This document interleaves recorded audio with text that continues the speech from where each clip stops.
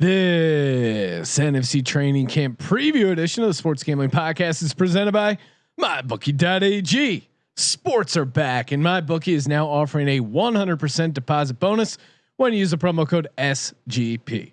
Plus, deposit this week and get a free $10 MLB futures bet. That's MyBookie.ag, promo code SGP to play, win, and get paid.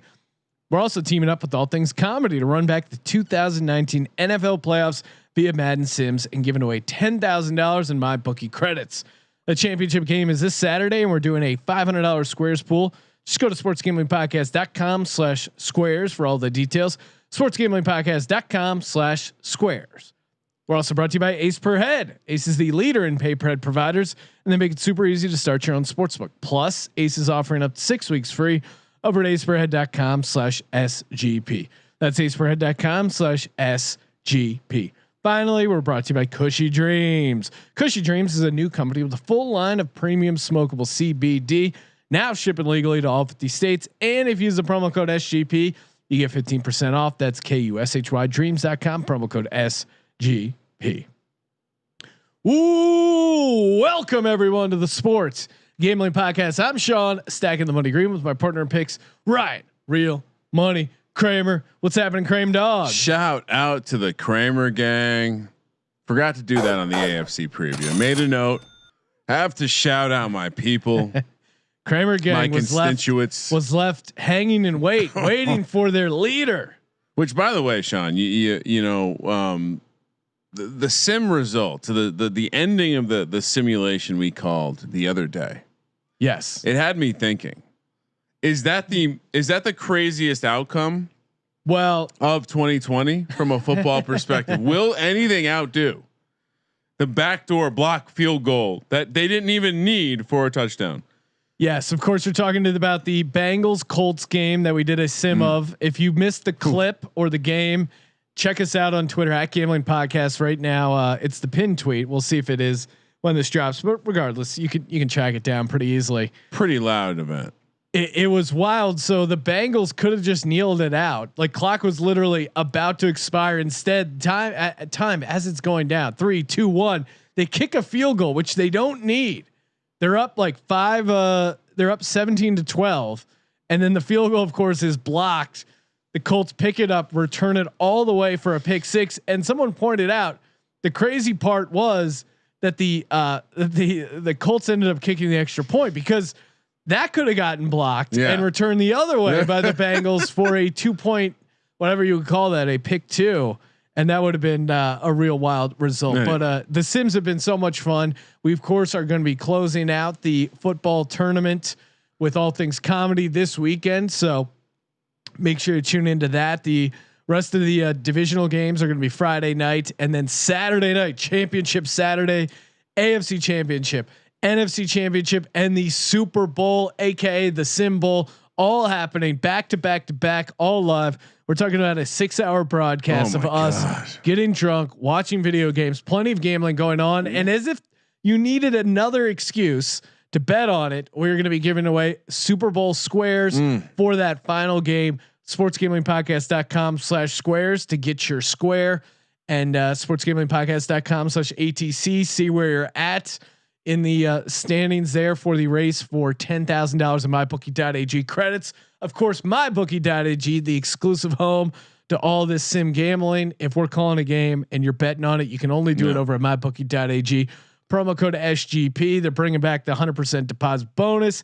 And since baseball is back this week, a $10 free bet on any MLB future. That, of course, only happens when you use a promo code SGP, where you can, of course, play, win, and get paid. Did you already put your $10 future on the Phillies? Are you pretending to be a Phillies fan again this year? Yes, I will. Nice. I will. I also kind of, my wife pretends to be a Dodgers fan, and she would be mad if she heard this, but thank God she's not one of the 3% of the women that listen to this podcast. No. But I Phillies. And again, we're probably going to be doing a baseball podcast. Maybe this actually airing after the baseball podcast where I make a case for the Phillies. But again, with these restart leagues in the NBA and MLB, take a couple shots on these on these long shot, these huge dogs. I mean, especially with teams maybe having to sit a guy who got the corona, any sort of situation, the small schedule, small sample size, it just favors the underdogs even more so than normal. I mean, same reason we talked about variance in week 1 and 2 in the AFC Training Camp podcast. The same thing, right? Like it's just you're playing the variance, so why not play it aggressively? Sean, yes, Philadelphia Phillies 30-1 right now over at mybookie.ag. Yes, please give me a little taste of that. Bryce Harper finally gets his revenge on the Nationals. I mean, what were the Nationals last year to win it all? I mean, they're 20-1 this year. I think they was probably what, like 40-1, 50-1 last year. The Phillies aren't a bad bet, but I also wouldn't personally bet on the Phillies, but the price is interesting. They can get it done. They can get it done. Kramer, my Yankees are going to get it done, Sean. I'm a big baseball fan, as you know. Big fan of America's pastime. Yeah, I was up until I think when Derek Jeter retired, a little bit of my heart retired for and my love for baseball. Did you get a gift basket on the way out from Jeter? He had your heart. I can only be so lucky. God willing, one day I'll get a gift basket from Derek Jeter. Nationals were 20-1 as well last year, so I thought they were a little bigger dogs because they were 10-1 once the playoffs started. But hey, why are we talking baseball, Sean? You're offending me. This is a football podcast. I don't know what this baseball love is. You need to watch Formula One. That's what you need, Sean. And hey man, I like to dabble. NFC Training Camp. So this is part of the preview. Just one line item, one big thing, either a big question, a stat, an opinion, a take, whatever it is. One big thing, and of course we got the division previews coming up in August. And this is the appetizer before the main course, which is the division previews coming up. We'll kick things off. NFC North, Green Bay Packers. I'll start with the Packers. 2018, they were 3-7 in one score games. 2019, they shot up to 9-1 in one score games. Is there a chance they don't regress? We always and the Packers have just so many like warning signs of like regression. They're going to suck. They're not going to be 13-3. And then all the drama between Rodgers and LaFleur. There's so many signs pointing to the fact that they're not going to be as good as their last year. Are they still going to just be pretty good? How far are they going to regress? No one's predicting they're going to be 14-2 or 13-3 again. Maybe it's not as big as we're thinking. That's kind of my question. How much are they actually going to regress? And I have a stat to back up your point, because my point was very similar, right? Is this the regression team this year? 63 points was their margin of victory, which is the least from any 13 win team in the history of the NFL, Sean. 63 points winning point differential, the lowest of any 13 win team ever. Yeah. Ever. And they did so while facing the easiest schedule. So if that doesn't scare you from a basic regression standpoint, I don't know what would. So my question is simply like, can this team survive regression, especially when they've taken with their first 2 draft picks a quarterback who will not play and a running back who will have a very limited role? So you're saying it's a bad strategy to draft a quarterback who's not going to play in the early rounds? Not if you think your offense is teetering on failure, like we just kind of highlighted a little, or your team is teetering on failure because you have the reboot waiting, right? But what a strange long game to run Aaron Rodgers out of town. Yeah. What are you doing? Like, not a good strategy. Well, all right. So there's, I don't want to take too long on the first team, but there's a chance you're right, LaFleur.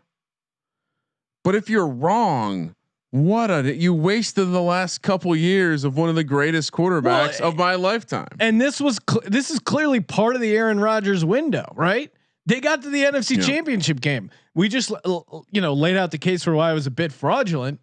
But wouldn't you want to just keep exploring that window? Well, and the hot take, or not the hot take, but the question you're going to see from other square media outlets is certainly going to be like, can the defense take a step forward in spite of not getting draft pick reserves coming to support them? Like that. That's where we're going. Anyway, yeah, Packers They have an uphill battle this year. I will say that.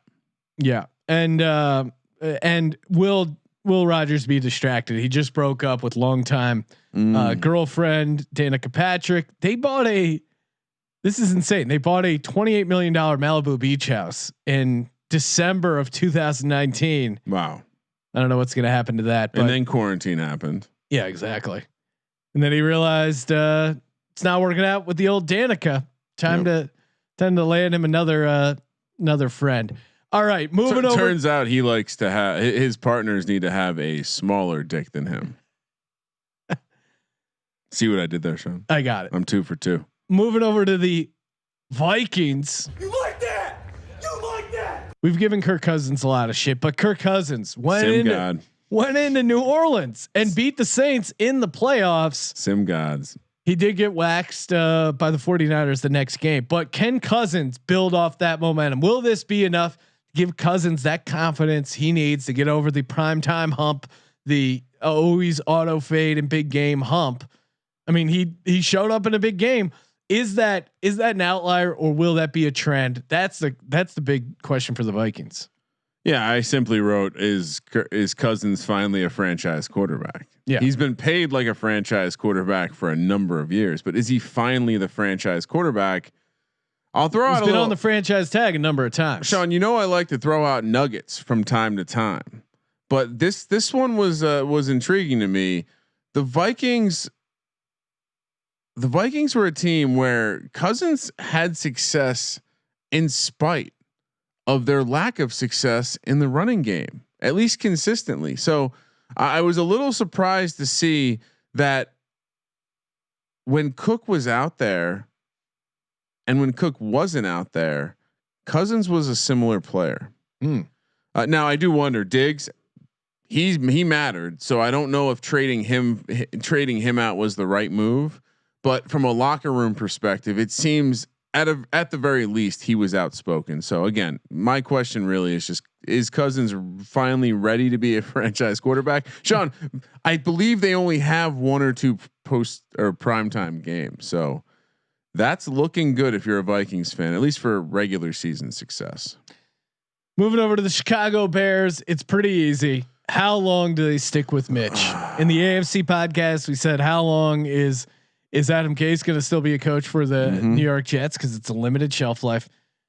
Mitch Trubisky, the writing's on the wall. You just have it's gotta be troubling when a Super Bowl MVP with a long Cox just is standing in the wing, just waiting to replace you. Like Mitch seemed like an insecure guy before, and now you're bringing a giant dick god like Nick Foles. I mean, just waiting to take your job. To me, it's a matter of time. However, if you can still bet on Foles being the starter week 1, Mitch being the starter week 1, I think it was like plus 200, plus 350 early on, Mitch to be the starter. Lock that up, because there's not going to be any real opportunity, especially now with no preseason games, for Foles to win the job. And I think Bears management is still going to give Mitch the benefit of the doubt. Like, he's not going to lose the job in practice. Right? Am I wrong? I mean, I think we were aligned on how you should handle this. You let Mitch go out there and trip over his own dick, and then it's easy to bring in Foles as the savior. Yes. Which tees up my question perfectly. Can and will Mitchell Trubisky lose his starting job twice this year?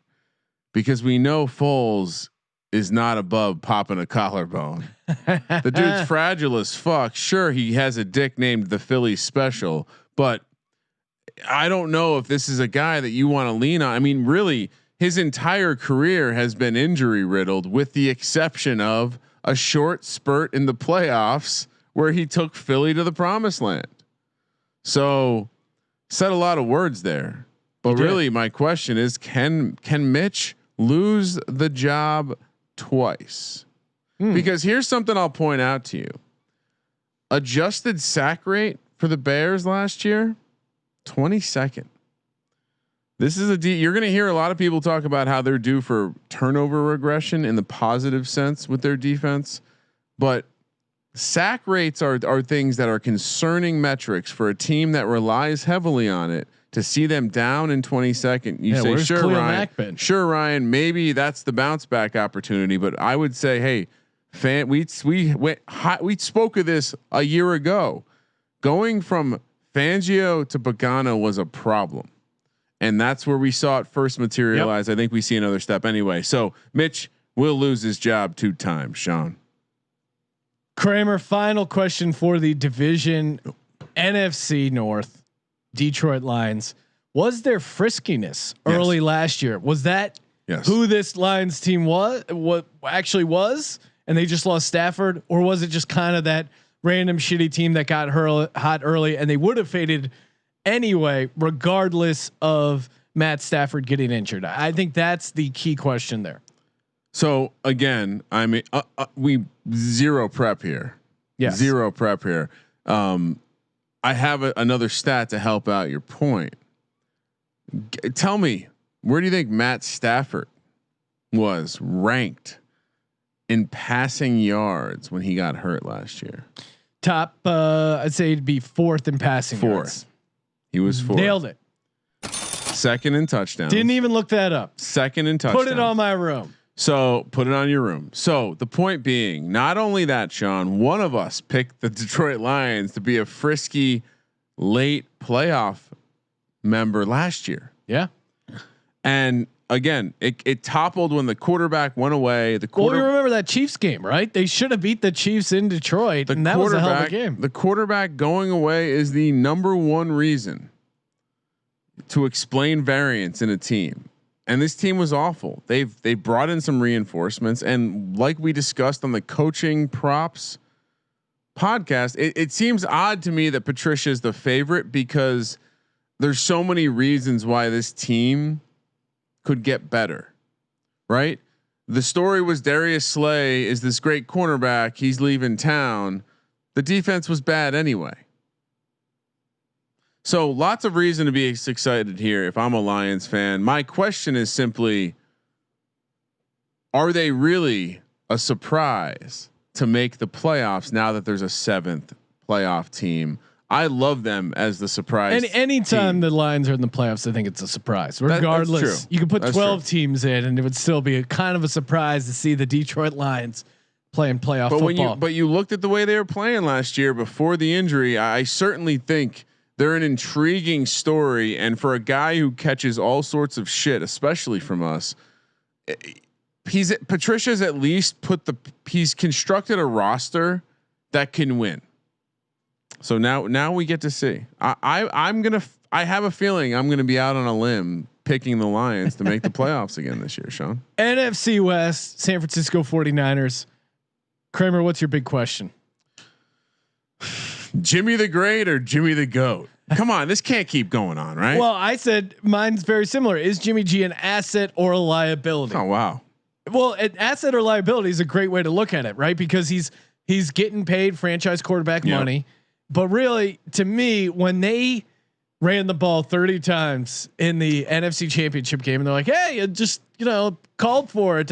There's a little bit of he's not the guy, and then some of those deep balls late in the Super Bowl. But still, he's one of those guys. He's not a guy you're looking to get rid of, but really, is he that guy that last year on that 49ers team, was there anyone he elevated, you think, on the offensive side of the ball? I mean, I think the Cowboys, he ran the offense well. The Cowboys are dealing with a similar thing with Dak, where he's a guy you win because he's a guy you win with, not because of. And I think Jimmy G is in that same category where you can win games with him, but he's not a guy that's going to win you some games that you shouldn't have won. And that's that top tier, that true franchise quarterback, the guy who can pull out those crazy plays, drive you down the 4th quarter, throw a great jump ball to Greg Ward, pull it down, and then go on a 4-game run to help you win the division. Those are the kind of guys that are franchise quarterbacks, the guys that should get paid. You called it out, but his 4th quarter stat line says it all, right? Yeah. I think he completed a couple passes and threw a pick. It just show up, be a franchise guy. I just don't believe it. The problem is that Shanahan's good, and I don't know if they need to. I don't know if he's going to need to win a ton of games again this year because they're kind of teed up. Who knows? Maybe this Mostert thing will cause. I think create a divide. The offseason thing that's more likely to impact them is trading away DeForest Buckner, who is a goddamn beast. Well, they filled that hole with Kinlaw, so it's not like they're not putting talent there. That's true, and maybe it's a lateral move, and they don't miss much. Moving over to the Seahawks, for me, how much will they put on Wilson's shoulders? They seem the Seahawks are a frustrating team. They seem they have the guy. They have the guy. They have Danger Russ. They have a guy who they have the guy who can create those plays, who is a true franchise quarterback that you can put the team on and say take care of business. But they seem reluctant to do it. I don't ever understand their where they're at with that. That they get to see it. They've witnessed Russell Wilson, and still they're like on the fence as to whether or not to let the offense run through. Will this year be a year where they load up even more in Russell Wilson's play? I put mine is will Russ play football? Okay. There's a lot of layers to this onion we're going to peel off. One, Russ. Strangely, I'm going to say something blasphemous, but he strangely feels like the kind of guy that would sit out. I doubt that. He hasn't missed a start his entire career.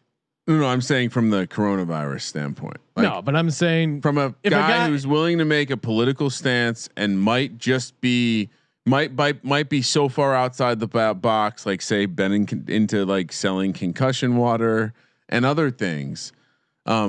The second layer of this is, does Pete Carroll and this staff let Russ play football metaphorically on the field? A deeper question. Because you know who they signed in the offseason, Sean? The ultimate, I want to give the ball to a guy who's going to trip over the line of scrimmage, and that's Carlos Hyde. You don't sign Carlos Hyde if you're trying to create an explosive offense. You sign Carlos Hyde if you're trying to shorten games and run the ball 3 yards in a cloud of dust. I'm very concerned. The bright spot is DK Metcalf. So I dude's a stud. I like, just listen, Pete Carroll. It wasn't an inside job. Let it go and let Russ throw the goddamn football. Like, don't wait till the third quarter when you're down to let him activate. It's ridiculous. Los Angeles Rams. Is Sean McVay's coaching genius title up for grabs this year? I'll take you. I'll raise you, because we can have the conversation. But why is he not a candidate for first coach to be fired? Wow, opening a new stadium. Oh, hot. They need someone. I mean, sure, maybe he was good looking before we saw the inside of Cliff Kingsbury's house. But now we're just seeing a fucking nerd who watched a lot of game tape. Now we're seeing a nerd who has a shitty quarterback and is putting all of his eggs into the Cam Akers basket. The defense is disheveled. I don't know about this. Sean, what were the odds for McVay? Does he even have odds? It's probably like 40-1, 50-1. And Wade Phillips no longer with the team. And he was quietly, I think he was a big part of their success. He was the bridge between the nerdy analytical guy and the players. Well, and also he was, Sean McVay's like very young guy who never played football. Wade Phillips is like, he's like, if you went to Central Casting and was like, I want a football coach. And they're like, how about Wade Phillips? His father's name is Bum Phillips. Never met a quarterback he didn't want to sack. Like, he's just the prototypical coach. And I think, guys do respond to that, but okay, you're the pretty boy offensive guru. That's fine. I don't know if I do feel like losing Phillips could hurt them, and maybe Phillips lost his fastball, but Brandon Staley, I don't know. That's kind of I don't really know a ton about him. The new defensive coordinator, which they brought in. Let's see. I think he last was on the Broncos. I don't know. I don't know shit about Brandon Staley, but he's no Wade Phillips. I'll tell you that much. And maybe Wade lost his fastball, but yeah. And if they can't, I don't know. Their salary cap thing is. I don't even see him listed.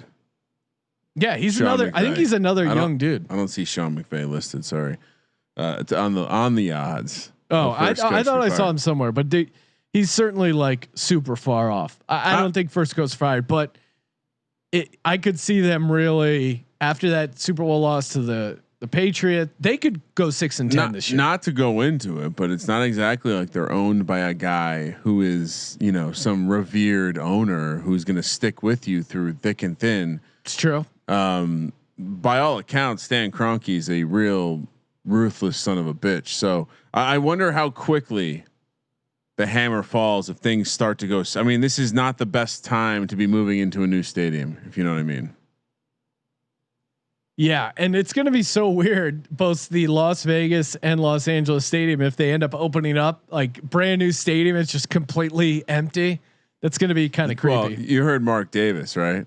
It's all or nothing with the Raiders. What does he mean by that? It means if they're not allowed to have all the fans, they're not having any of the fans. It's like, shut the fuck, dude. That is you Tommy Boy looking motherfucker. Like, what the fuck? So you're saying there's a chance, like, dude, if you can have 10% of the fans, why would you not do that? I mean, you would really turn down money. So guy who clearly needs money. Classic example of dad was a smart, innovative fucking dude who worked hard. Offspring are just complete dredges of society. Let's move on, Sean.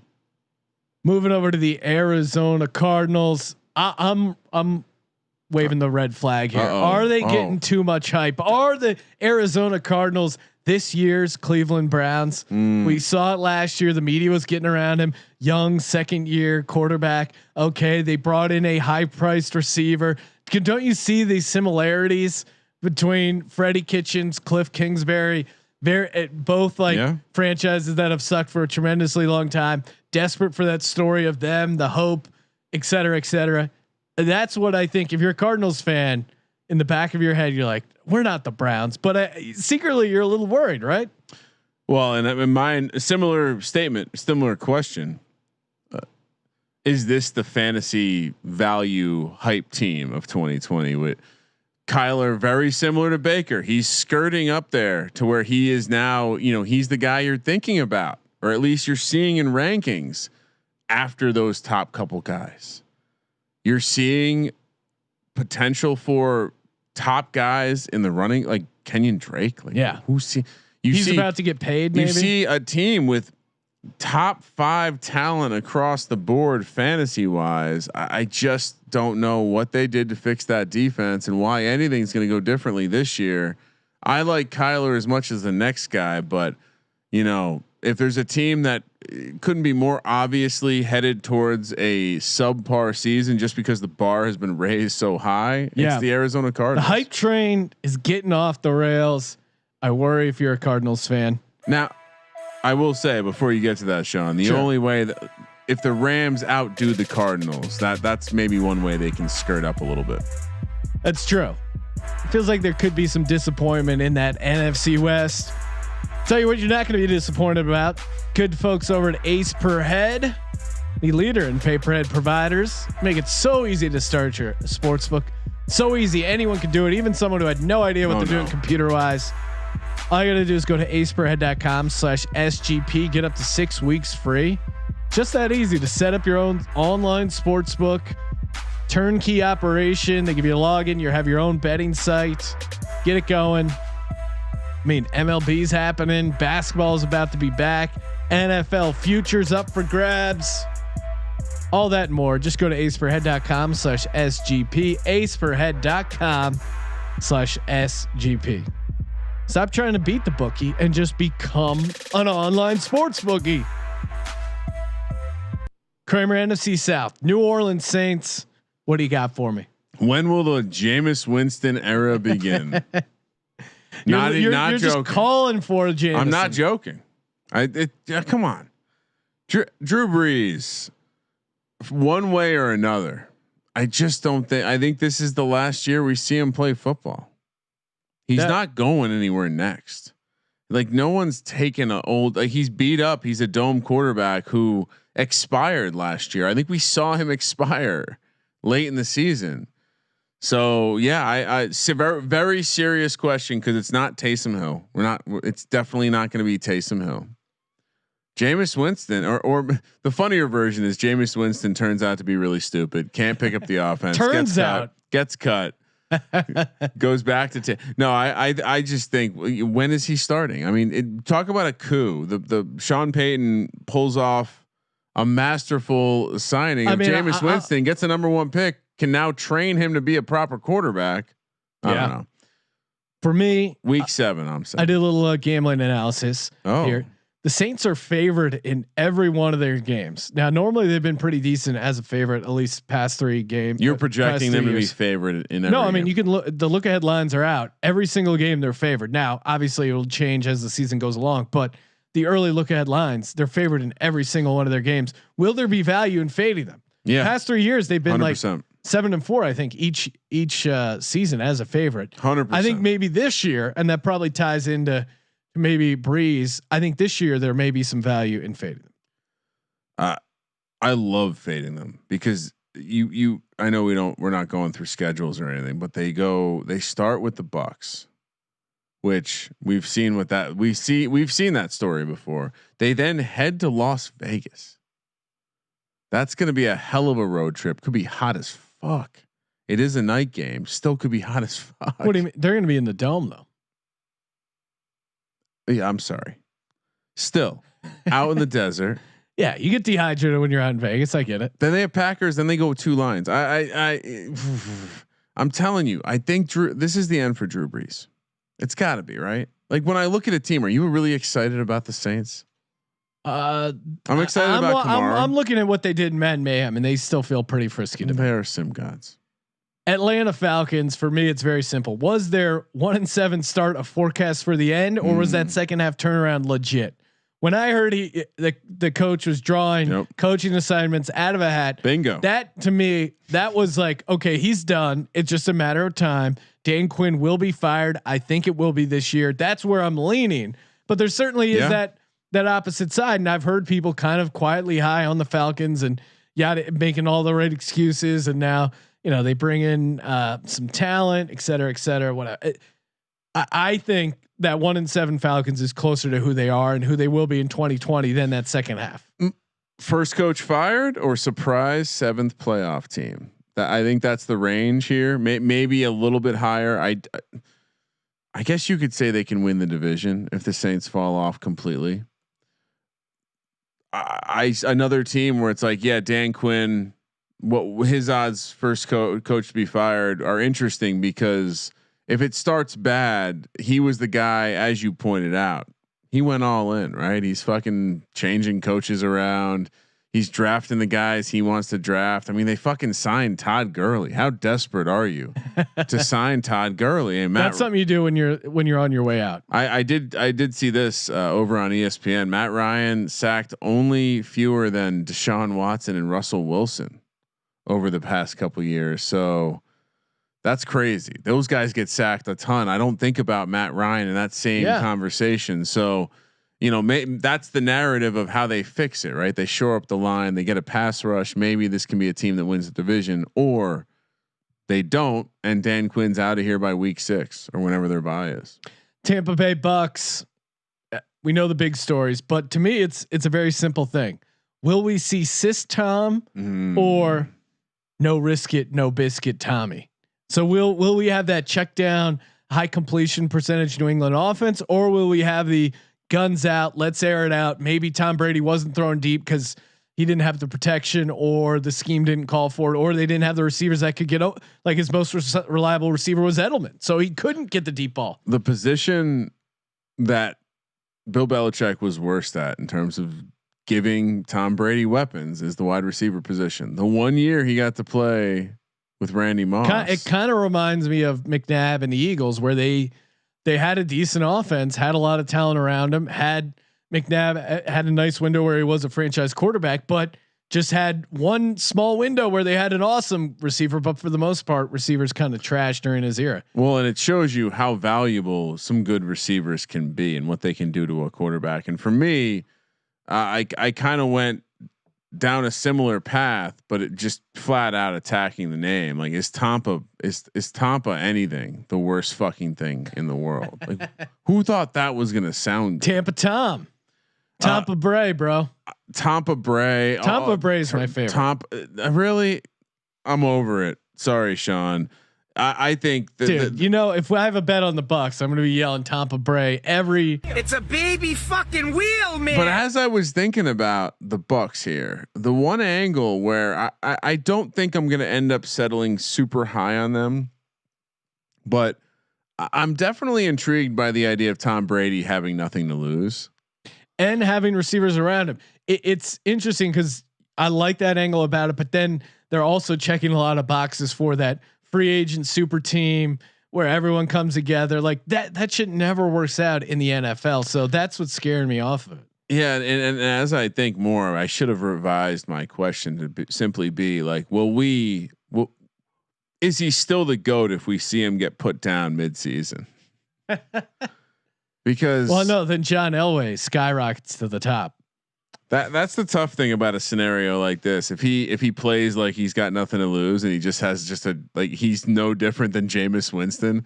Like imagine if we're looking at Tom Brady 4 weeks into the season and he has like 8 touchdowns and 9 interceptions. Yeah. Fucking Jameis Winston could have done that.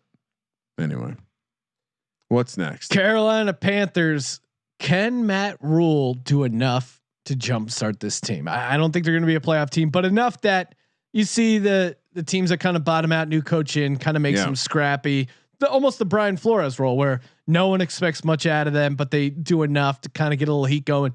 And I was looking at some deep analytics where Teddy Bridgewater actually not that bad at throwing the deep ball. Didn't have a lot of opportunities to do it, and you got I'm blanking on his name. Who's that receiver? Anderson. Robbie Anderson. Oh yeah, Robbie Anderson, the guy who the skull fucker, the guy who threatened a nut in the officer's wife, the officer's wife's face. Yeah, hilarious story there. Do yourself a Google and Google that. But maybe there's a couple of big plays out of this Panthers team, or maybe there's like a little scrappiness it brings. Maybe this longer than normal training camp with no preseason games kind of has a college environment. They rally around Rule and make a little noise here. But Matt Rule does feel like the storyline for sure. My question is simple: sleeper worst team or sleeper team tanking. No one's talking about the Panthers tanking, and this is a clear rebuild. They hired a coach for the long haul. Yeah. The red flag is that I would say the transition from college to pros don't always work out well. I mean, remember Bobby Petrino quit like a little bitch. But I would say like this is so very clearly a rebuild. Kuechly gone. Most of the snaps on the defense gone. A lot of the production, pass rush gone. It just feels like a rebuild where they very obviously are giving Matt Rule a large leash with that contract. So why are we not saying the Panthers are tanking for Trevor? Well, I hope they have very, very clear bridge quarterbacks in Teddy Bridgewater, who literally the bridge quarterback. And while we liked him, PJ Walker, I just hope we get to see him play in the NFL because he was so fun to watch in the XFL. You get the sense like perhaps the Panthers are sneakily covering everyone's eyes up, and they're the ones that are going to end up with Trevor Lawrence before it's all said and done. Moving over to the last division in our NFC training camp preview, the NFC East, aka NFC Beast. No man, it's been a while since you can say that with a Philadelphia Eagles. Can the speed they added to the offense be enough to kind of jumpstart things? We saw what the team was capable of week 1 when you had Deshaun Jackson 2 50-yard touchdown passes. Oh, here we go. He's back. Depending on if things go well in his trip to Auschwitz. They drafted Jalen Reagor, who it's going to be tough to expect a ton out of a rookie receiver, but maybe he gives you a little spark in special teams, or they work him into the playbook. Yep. Goodwin, maybe he's involved. I think he could be a dark horse candidate to get cut, actually, assuming the rest of the receivers stay healthy. But to me, that's a big story for the Eagles right now. Very specific preview of the Eagles training camp. Yes. I remember driving back from Las Vegas with you after that game, and it was just nothing but listening to Eagles podcast, making sure that up to speed on all the talking points. For me, it's simple. Carson Wentz, can he prove that he can stay healthy 2 years in a row? Come on, Kramer, you can do better than that. Well, the team is saying maybe not by drafting Jalen Hurts. So I think there's some pressure on Carson Wentz here to show. I mean, I'm the first part of this was kind of a joke, but the second part isn't, which is there is now legit pressure because they took a guy in the second round, which is the number one reason why it was a dumb fucking move. Well, but also there was pressure on him. There's always been pressure on him because there's always pressure on him because you make a lot of money and you're in the franchise fucking quarterback. Or when the team says, "Hey, we're gonna waste a second round pick on a guy who might be your replacement because we're not sure you can make it through a 16 game season year in and year out because you're a goddamn pussy." Sorry, that last part was my opinion. Kramer, you can't call someone a pussy and then follow it up with chugging coconut water. That really takes away, bro. That really takes away from the sting of being called. Only in Los Angeles could one person call someone else a pussy and then slug some generic coconut water. Shout out to even Carson Wentz. I'm sorry. Moving over to the Dallas Cowboys. How bad can their defense become and still be competitive? Because that is the sleeper. Yeah. In this. Yeah. Mike McCarthy, he's a defensive guy. Well, and they've let and DeMarcus Lawrence. Now he's talking about not playing. Who knows? I'm sure when they actually explain to him that he won't get money, he'll play. But well, he's concerned. He doesn't want his pile of guns to get corona. Was that him? No, that was a different guy. But I mean, they lost a couple. They lost their cornerback. They've lost a couple other big guys. Van Der Esch has trouble staying healthy. There's a ton of. I mean, that defense wasn't that great last year. Certainly, they brought in the kid from Oklahoma, the receiver. That was CD Lamb. That was a nice draft pick for them. They're relying on Dak and Zeke. Both probably will have corona again by the time the season kicks off. And please, it's rain. So everyone's saying like, hey, their offense is going to be so good. They're going to outscore these teams.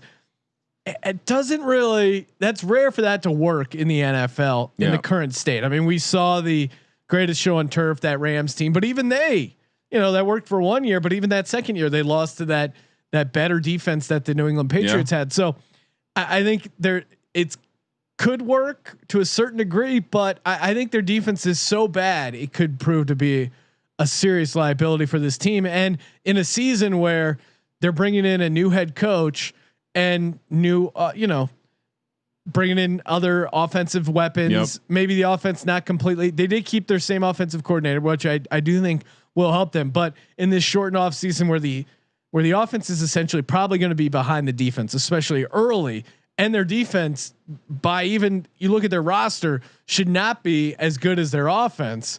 I think they could be in trouble, Kramer. So the question for me is, can Mike McCarthy be successful without Aaron Rodgers? Yeah. Period. And this is a scenario where you're going to read a lot about how the Cowboys underperform under Jason Garrett, who was put in a bad situation, as we know now. Now he's being put in a good situation with Joe Judge, New York Giants.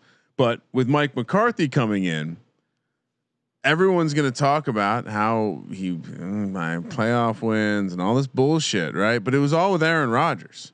He now has Rain Dakota Prescott playing on a franchise tag. Maybe does that change the way he plays football this year, Sean? Does that change the way he puts his body on the line for the organization, who is clearly not willing to invest in him? Or is this just a case of a guy who was a good coach in a good situation and had the right quarterback roll through and had a lot of success in Green Bay? Now he's going to a broken locker room with a spare parts defense and an offense filled with, I'm going to use the quotes, talent. Again, Zeke's getting high on Twitch. He's faded, Ryan. He's faded. What? Whoa! Don't say he's high. He's suing the guy who said he was high. Why? That would be awesome. Isn't that what faded means? Well, he claimed it was faded off of drinking, which, again, he clearly was high. But all right, so I respect him less. Like a man who's going to lie about smoking weed. Bo Vice, friend of the program, would never lie about smoking. So weed. yeah, my question is simply this: like I obviously I don't like the Cowboys, but I'm a little confused why everyone thinks Mike McCarthy is just going to come in and solve the problems. What problems did he solve in Green Bay? Jason Garrett, we can all agree, not a good coach. We're about to find not a good coordinator for the Giants. But that's not nice. In what world is Mike McCarthy a clear step up from Jason Garrett? Now, if it was Matt Rule or someone that's a bit unknown, then I think it's easier to make that case that he's a clear step up. But Mike McCarthy is a known quantity. Jason Garrett, known quantity. Where are people handicapping that Mike McCarthy is so much better than Jason Garrett? I don't see that handicapping. I think we're in lateral move territory. I would grade Mike McCarthy as a better coach, but is it that much better? I think it's, he's the scale slightly skewed more towards winning, but still underperforming. Yeah. That would be the angle, right? Like in a way how many times did Aaron Rodgers win a trophy? Once. Yep. That's underperforming, right? Yeah. If you got Aaron Rodgers, one Super Bowl. How are you only getting one? Like that to me, that's a coaching problem. I think we'll see. I mean, Dak has had his fair share of success as well. I believe he trails only Tom Brady in wins over the last couple of years, but Kramer. That is a disgusting act. Did you just go out of your way to compliment Rain? Now go home and get your fucking shine box. Dak, he's Rain now. Moving over to.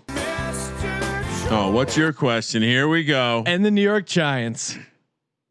Will the Giants offensive line hurt development as a quarterback? I think that's a legit question. You not see what Andrew Thomas is up to? Did you see the way he was? No, and I see Nate Solder and I see what he's up to, and he's a human turnstile. I worry that the brain trust of Kitchens and Garrett coming in there, maybe not enough factored in with the questionable offensive line play, not enough to help Mr. Jones in his development. I think that to me is a big question. Now, Giants also kind of in the similar range of the Cowboys defense, where it's tough for me to really identify a bunch of playmakers on that side of the ball or any sort of defense that's going to slow them down. The offense, I think you can make an easier case for because there is some talent at the skill position, but I think the lack of just consistent offensive line play will be their downfall. Kramer, what's your big thought question for the Giants here? Well, I mean, I think I have a number of questions, but I think the question I'll ask in this forum is simply, can Daniel Jones get some goddamn respect? People are coming. I mean, the Madden rating and the fumbling problem in Madden is a real problem, but this guy was a rookie, got thrown into the fire. Plenty of quarterbacks have given the ball away a shitload. But when you isolate things like his mobility, his arm talent, his ability to make a tough throw, these are all things I like. Now with the great structure built by Freddie Kitchens, Jason Garrett, and all rise Joe Judge. Now go home and get your fucking shine box. I believe there's not going to be a dirty shoe in the building. Do you know a little nugget I learned while doing this research? Sure. Somehow Bill O'Brien is one of the few coaches out of the Bill Belichick. I'm sorry, the Bill Belichick coaching tree. He's the only successful one that has a winning record. Him and Vrabel, I think it was. Yeah, Vrabel, small sample size, but they're the only winners right now. I think he looks to buck that trend, and I think if nothing else, he should be operating with a leash. But yeah, I do think that Daniel Jones, for whatever reason, gets shit on in a way that is just different. And yeah, I get it. He's a quarterback in New York, but when he stands the fuck up and progresses from year 1 to year 2, like most quarterbacks do, I expect an apology, Sean. Well, here's the thing: 18 fumbles is not gonna cut it this year. That's a bold prediction. Now, here's what happened with the Daniel Jones. Everyone shit on Daniel Jones. Oh, it's the worst pick of all time. Yada yada, and went all in on Daniel Jones being a horrible pick. And then Daniel Jones comes in, wins his first start because the Bucs miss a 30-yard field goal, and the Giants fans and New York media was like dancing on everyone's grave, freezing cold takes. You're the worst. And then it turns out he sucks a bunch later as it goes on. So I think that is where the rookies suck. That's how it works. Right. But I'm saying the backlash from the original Daniel Jones hate is what's causing this second backlash, this second wave. We haven't flattened the curve of Daniel Jones hate yet. His 5 300-yard games, Sean, were tied for second if he in NFL history by a rookie. Well, passing yards are a very vital stat to team success. Sean, it will be a spoken apology. All right. When they win the division, Kramer, we can pull this, and I will eat my words and apologize to Daniel Jones. Since I've gone on record stating that the Giants will win the division or Redskins, you gave yourself an out. Walter Football has joined the Kramer gang, so I'm not alone in that prediction. I'm not on an island. It's an island of two. It means we can reproduce. Closing out, you and Walter. It's a metaphor, you know. Oh my God! Shout out to ESPN, by the way, for taking down the Redskins logo. Oh yes, sorry. Well, no, we call them. We still call them. We call them the Washington Redskins until they come up with a new name. Then that's when we will start referring to them as the Washington Football Team. Right. The Redskins. What will Rivera's impact be? Maybe it won't be on the field, but things are just so they have. Isn't there a chance this is like a Doc Rivers Clippers situation and Ron Rivera is Doc Rivers? They have a legitimately good front seven. Other than that, it seems like everything's all over the place. Haskins, a real wild card, but how can Rivera, who seems like not a coaching genius, but at least a respected dude, can get things going in the right direction, possibly for this Redskins team? I mean, he has a thankfully it sounds like Snyder's still going to be the owner, which I was getting a little worried that he's going to have to be forced to sell the team. Yeah. Now, luckily it appears like all the other rumors that everyone was hearing and that were flying fast and furious. Oh, I think they were real. They just couldn't print them for libel reasons. But yeah, check it out. If you want to see the rumors, go to slack.sportsgamblingpodcast.com. We'll clue you in. That's our behind the scenes chat. Ooh. Well, yeah, you can't lose Daniel Snyder in the way that he's turned a team that much like I'm worried with the Cowboys that maybe Jason Garrett was the key to their lack of success. Jerry Jones is still there. You're right, but that's the weird thing. They've drafted well, but the coaching decisions have just been horrific. Kramer, what's your Redskins take? My Redskins take is I can Haskins do enough to make this team a legit contender? I think you highlighted the coaching aspect. I think when you have a player's coach who was a player who has had success, you know, he was a successful coach in Carolina. That trades well in the commerce, in the economy of player reputation, and people will certainly know him as a player's coach.